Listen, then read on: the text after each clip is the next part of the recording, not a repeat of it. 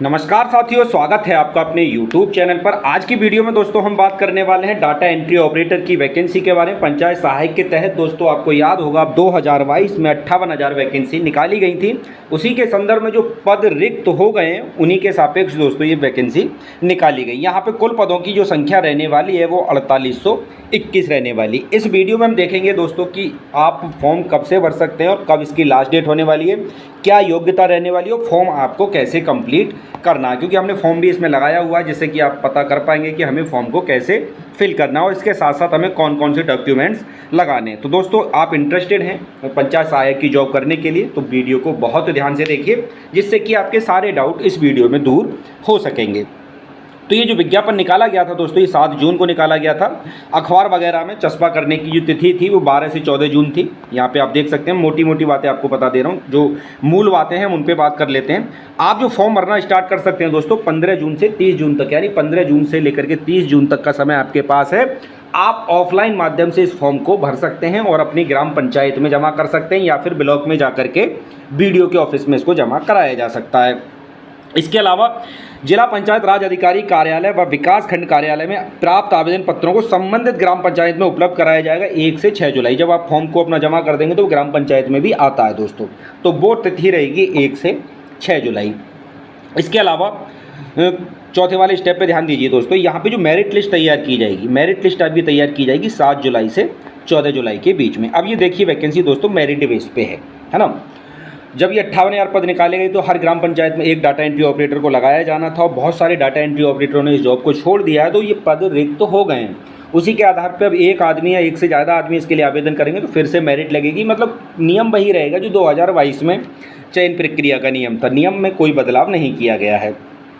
ये बात आपको ध्यान रखनी है दोस्तों। तो आपके नंबर ठीक ठाक हैं और 6,000 रुपये अभी इसमें मानदेय दिया जा रहा है। आगे वाले समय में ये बढ़ भी सकता है, लेकिन अभी इसके संदर्भ में कोई भी जियो नहीं आया है। तो ये वाली बात आपको क्लियर होगी दोस्तों।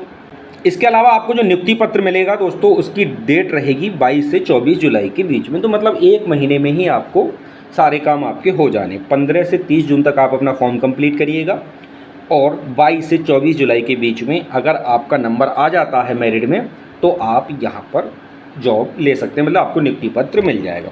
इतनी बात आपको क्लियर हो जाती है। ये सारी चीज़ें आप चाहें तो पढ़ सकते हैं वीडियो पॉज करके, या मैं ग्रुप में डाल दूंगा। आप ग्रुप में नहीं जुड़े हैं तो जुड़ जाना, क्योंकि पंचायत सहायक का ग्रुप बहुत पहले से हमारे पास चल रहा है। ये वाली बातें आपको समझ में आ गई, मोटी मोटी बातें हैं दोस्तों। यहाँ पे 12th मांगा गया है ना। फॉर्म आप 15 से 30 जून तक अपना भर के जमा कर सकते हैं, अपनी ग्राम पंचायत में जमा कर सकते हैं, फिर ब्लॉक में जा करके जमा कर सकते हैं, या फिर स्पीड पोस्ट से भी भेज सकते हैं। वो सारे एड्रेस वगैरह यहाँ पर हम आपको दिखा देते हैं। ये वाली बातें आपको क्लियर हो गई। चलिए अब हम देखते हैं कि आपको ये फॉर्म भरना कैसे। ये फॉर्म रहेगा दोस्तों, आप इसको ऑनलाइन भी डाउनलोड कर सकते हैं, अपनी ग्राम पंचायत से ले सकते हैं, ब्लॉक से भी जा करके ला सकते हैं और ऑनलाइन भी आपको ये मिल जाएगा। पंचायती राज विभाग की वेबसाइट पर ये पड़ा हुआ, मैंने भी वहीं से ही डाउनलोड किया है। तो फॉर्म दोस्तों तुम्हारा आपका इस प्रकार रहने वाला है। यहाँ पे आप अपना एक फ़ोटो चस्पा करेंगे पासपोर्ट साइज का।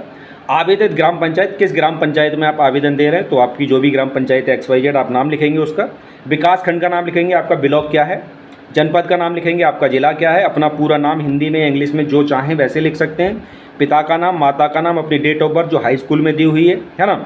1 जुलाई 2023 को आपकी आयु कितनी हो रही है वो आप यहाँ पे लिखेंगे। जैसे किसी की 25 वर्ष 2 महीने 4 दिन हो रही है तो वो इस तरीके से लिख सकता है। आपका लिंग क्या है, मतलब पुरुष हैं या महिला हैं या फिर ट्रांसजेंडर हैं, जो भी आप हैं वो लिख सकते हैं। श्रेणी आप लिखेंगे, आप अनुसूचित जाति, अनुसूचित जनजाति, सामान्य, SC OBC क्या है वो आप यहाँ पर लिख सकते हैं। आप अपना पूरा पता लिखेंगे जो आपके आधार कार्ड में लिखा हुआ है। पत्र व्यवहार का पता लिखेंगे, दोनों पते एक है तो आप उपरोक्त लिख सकते हैं नीचे वाले में। अपना मोबाइल नंबर डालेंगे और इसके अलावा आपको यहाँ पर अपनी योग्यता दिखानी होगी, है ना।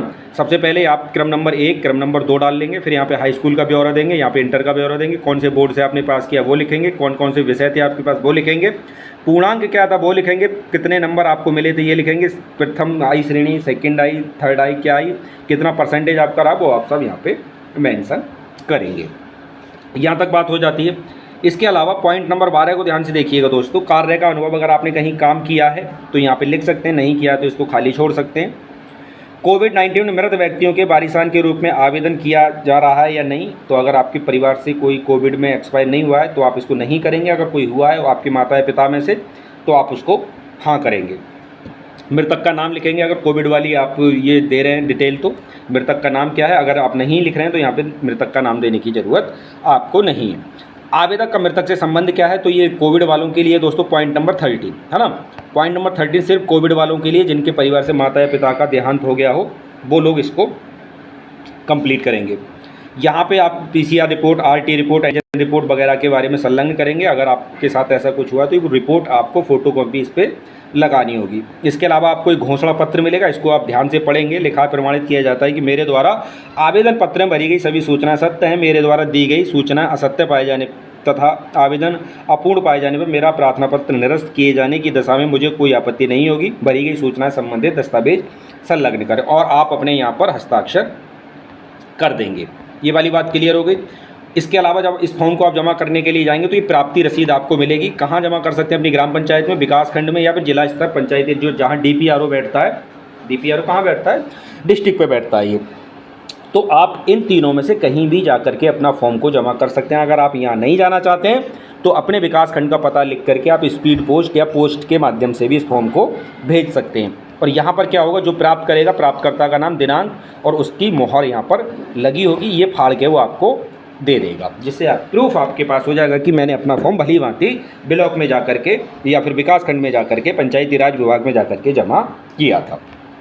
तो हमने दोस्तों मोटा माटी बातें यहाँ पे सब कर ली हैं। कैसे आपको फॉर्म भरना है, आवेदन कब से कब तक करना है, मेरिट लिस्ट कब तक आएगी और आपको ज्वाइनिंग कब तक मिल जाएगी। दूसरी बात दोस्तों, आपको यहाँ पर क्या क्या लगाना है, तो 10th 12th की मार्कशीट की फ़ोटोकॉपी लगानी है। अगर सनद इसके साथ है तो एक ही कॉपी लगाएंगे, सनद और मार्कशीट अलग अलग हैं तो आप अलग अलग लगाएंगे। इसके अलावा एक आधार कार्ड आपको लगाना है, एक फ़ोटो आपका यहाँ लगेगा और एक फ़ोटो इसमें ऊपर स्टेपल कर देंगे आप, है ना। आधार कार्ड लगाना, बस यही लगाना। अगर आप कास्ट सर्टिफिकेट लगाते हैं, मतलब आप आरक्षण का फ़ायदा लेना चाहते हैं, तो OBC SC ST से हैं तो आपको जाति प्रमाण पत्र भी देना होगा, मूल निवास भी दोस्तों यहाँ पर देना होगा आपको, ठीक है। इसके अलावा एक मोटी बात और, क्योंकि मैं सभी समाधान दोस्तों इस वीडियो में कर देता हूँ जिससे कि आपको कोई डाउट रहे ना आगे तक। अब आपकी ग्राम पंचायत में अगर OBC में सीट है तो OBC वाले ही दोस्त यहाँ पर आवेदन करेंगे। मतलब आपका प्रधान अगर OBC का है तो आप OBC वाले ही बच्चे यहाँ पे आवेदन करेंगे। अगर आपके यहाँ पे SC का प्रधान है तो SC वाले ही बच्चे आवेदन करेंगे। अगर आपके यहाँ की सीट जनरल में रही है, मतलब जनरल में थी आपके यहाँ की सीट, तो कोई भी आवेदन कर सकता है। जनरल, OBC, SC ST, महिला फीमेल, कोई भी इसमें आवेदन कर सकता है। दोनों के लिए हैं दोस्तों, महिला पुरुष दोनों ही इसके लिए आवेदन कर सकते हैं। लेकिन शादी जब महिला की हो जाती है तो उसका आधार कार्ड चेंज हो जाता है, उसका मूल निवास चेंज हो जाता है, तो उस कंडीशन में ये जॉब उसको छोड़नी भी पड़ सकती है। मुझे लगता है कि आपके सारे डाउट मैंने क्लियर यहाँ पर कर दिए हैं। जो भी मोटी मोटी बातें मुझे बतानी थी मैंने वो यहाँ पर बता दी हैं। इसके अलावा भी दोस्तों अगर आपको कोई डाउट रह जाता है तो आप दोस्तों इसी वीडियो के नीचे कमेंट्स करके आप मुझे बता सकते हैं, या फिर आप हमारा व्हाट्सएप ग्रुप भी ज्वाइन कर सकते हैं। पदों की संख्या आपको पता 4821 है। आवेदन तिथि 15/6/2024 से 30/6/2024, 15 जून से 30 जून तक आप इसमें फॉर्म भर सकते हैं। 6,000 रुपये महीने आपको महीने मिलेंगे।